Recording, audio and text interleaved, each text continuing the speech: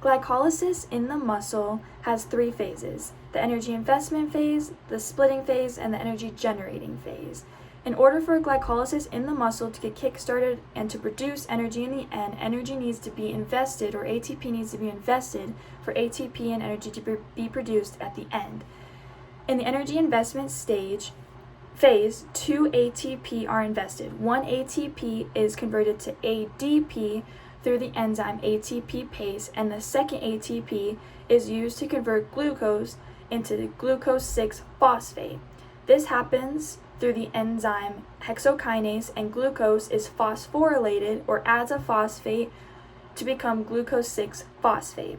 In the splitting phase, this glucose 6-phosphate or glucose 6 carbon molecule, because glucose has 6 carbons, needs to be broken down or split into 2 3-carbon glucose molecules. When this splitting occurs, these 2 3-carbon molecules become 2 pyruvates, which becomes an end product of glycolysis, and through this splitting, energy is produced. In the energy generating phase, the energy from splitting is used to make ATP through an ADP molecule from the beginning, the energy from the splitting phase, and a phosphate molecule that is floating around in the space is then resynthesized in ATP through the enzyme ATP synthase. Through glycolysis, 4 ATP are produced, but only a net of 2 ATP are produced because 2 ATP need to be used in the energy investment phase of glycolysis.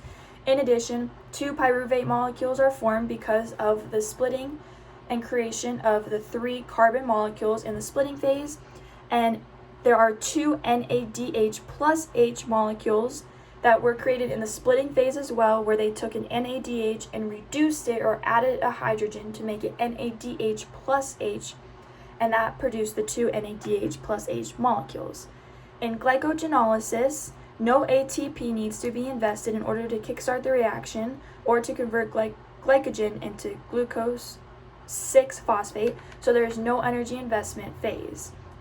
There is only a splitting phase and an energy generating phase in glycogenolysis. Like I mentioned, glycogen is converted to glucose 6-phosphate with no ATP. So in the splitting phase, we again have the 6-carbon molecule from the glucose 6-phosphate molecule, because glucose has 6 carbons, and that needs to be split into 2 3-carbon molecules, which then create 2 pyruvates again, and through this splitting, energy is produced, and in the energy generating phase, that energy plus the ADP molecule plus a phosphate creates ATP through the enzyme ATP synthase, and in this reaction, a net of 3 ATP is produced in glycogenolysis because no ATP need to be invested. Again, 2 pyruvates are created through the 3 carbon molecules that were split into those molecules, and the 2 NADH plus H molecules are also produced in the splitting phase through NADH being reduced to NADH plus H in the splitting phase.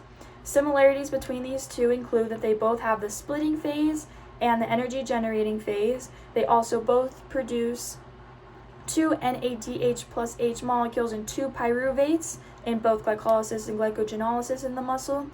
However, the differences include in glycolysis in the muscle, only a net of 2 ATP is produced, while in glycogenolysis, a net of 3 ATP is produced in the muscle. In addition, in glycolysis, the energy investment phase is needed in order to kickstart the reaction and to produce energy in the end, while in glycogenolysis, ATP does not need to be invested, so there is no energy investment phase in glycogenolysis because glycogen can simply be converted to glucose 6-phosphate or phosphorylated into glucose 6-phosphate with no ATP or energy needed.